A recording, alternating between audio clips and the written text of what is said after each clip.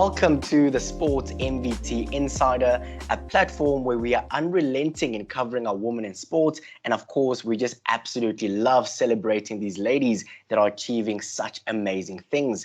But today we are focusing on a football coach that has done wonders in South Africa as well as abroad. And she was also a phenomenal football player as well. At the moment, she is currently the head coach of the Ireland women's team as well. Her name is Vera Pauw. Vera, thank you so much for joining us on the Sports MVT Insider.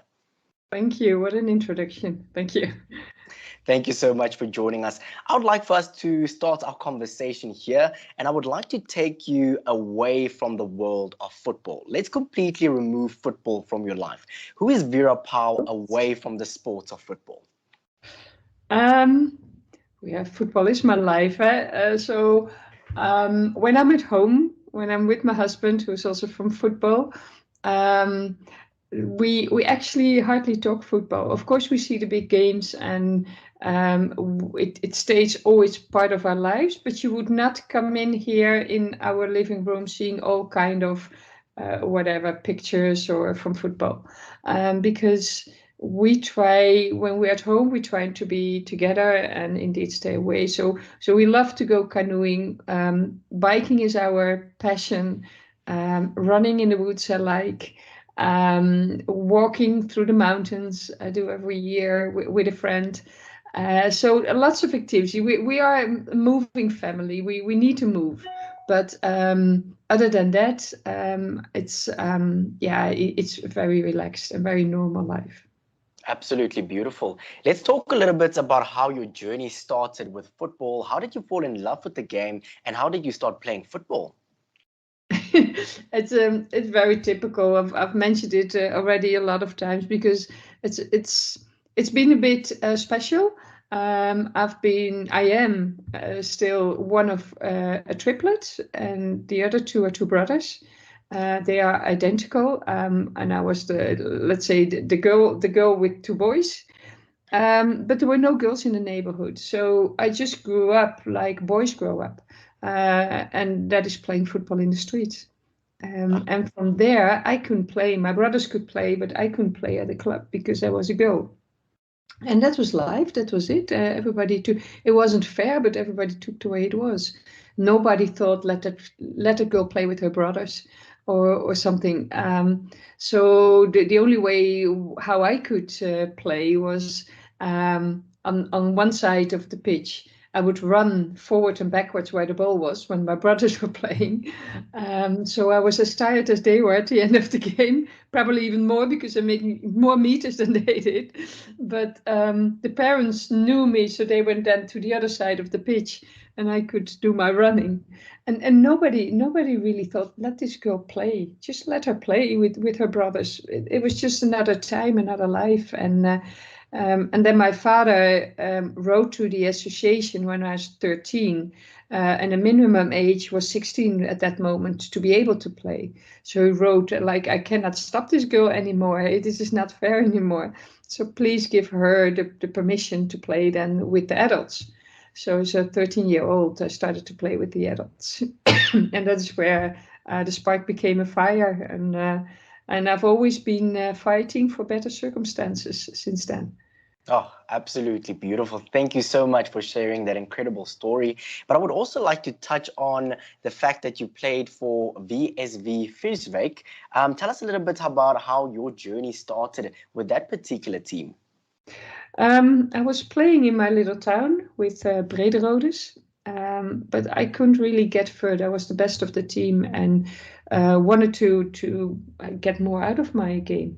It was a very hard decision because they had accepted me as a 13-year-old, but when I turned 18, I really had to move on for my career.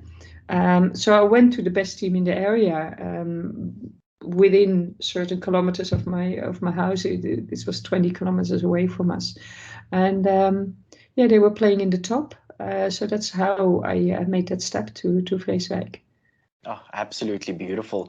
Now, I'd like to take you back to 1988. I'm certain it's a year that you remember quite fondly. And of course, the year when you became the first female Dutch player to play professional football outside the country, playing in Italy. Tell us a little bit about how that came about and also the excitement of playing for CFC Modena in Italy. Um, well, I was not the first playing abroad, but I was the first player with a full professional contract. So the first pro player. And it happened that a scout was watching the game Italy against the Netherlands. And that has been one of my best games ever. So I was playing very dominant in that game, and the week after I got a call at the Dutch FA because I was already working at the Dutch FA. Football was not a profession, was amateur based, and we had to work and actually pay to play. So I got a phone call, and there was this man asking in broken English if I knew a woman called Vera Pauw. Well, I said, I know, yeah, I know her because you're talking with her. Yeah. And well, that's how it started. I went over and got help to get a contract, and I asked the now he's very famous, 𝗀𝗻𝗶𝗹. Back then he started under the umbrella of his father, 𝗀𝗻𝗶𝗹, as an agent to help me creating the contract. And that is how I started. So I went over to Modena and played there. Oh, absolutely beautiful. I'd also like to touch on your senior national team debut. Tell us a little bit about how that came about and also the feeling of excitement. I mean, you are representing your country, the Netherlands. That must have been incredibly special. Yeah, it was a big dream coming true. And for me, it was, if only I could be on the bench once. That was my feeling. I was not aware of my qualities at all. I always found everybody better than I was. And I was just 2 days with the squad. So we started on the bench and I thought, oh, wow, here I am, I'm on the bench. And then just before the end, the coach said, well, warm up because you're going to make your debut. And I was, what? So I started to warm up. He said, well, you have to be quick because otherwise the game is over. So I played only, 8 minutes that game? But 2 weeks later, we played Germany in a friendly, and I started there, and I never left the squad, and have always been a starter, and never been subbed since. Oh, absolutely beautiful. Such incredible stories as well. But let's move away from you being a player, and I would love to talk about how you ventured into coaching. Tell us about how that came about, and also the decision to say that I would love to become a coach and share my knowledge with other players. Yeah, that's a growing process. Sorry.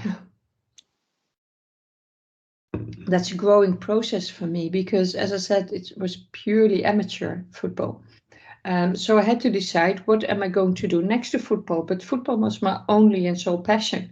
So I decided already at 8 years, I wasn't even starting to play, I just played on the street. I decided already to go to the Academy of Physical Education, so the University of Physical Education, to become a PE teacher, and from there to grow.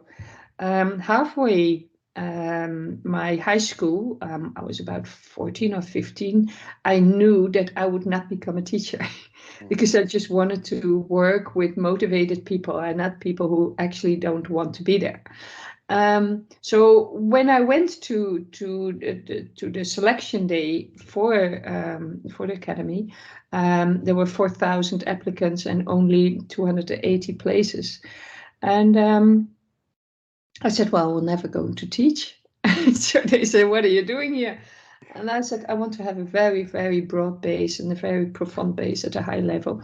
And from there, I want to specialize myself into coaching. I wanted to do a coaching of handicapped sports. And I wanted to do policy in sports. And I thought, if I make that combination, then my life is perfect, because then all is about sport.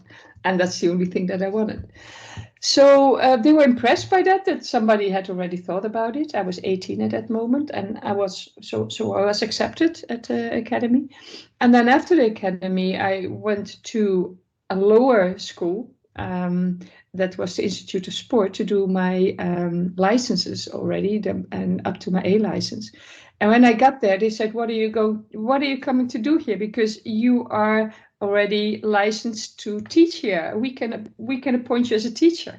I said, well, I'm not come here to teach. I come here to learn more about I want to specialize myself in a coach and in a sports developer, sports policy person.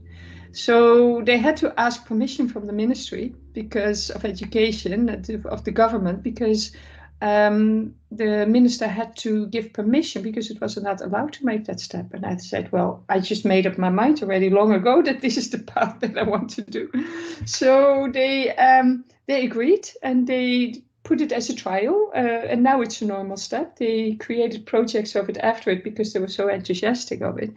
The key thing is that if you specialize yourself from a broad theoretical base, it's easier than you first do the practical side and then go in the theory. I found that a very more logical way to do it. So during my career, I worked already for the FA. I started to coach youth teams, select teams. Sports policy was the bigger part, of course, because I was still a player. And when I stopped playing in '98, and we went to Scotland because my husband was the assistant of Dick Advocaat. My husband is Bert van Lingen, probably known as the one writing books about coaching and teaching football.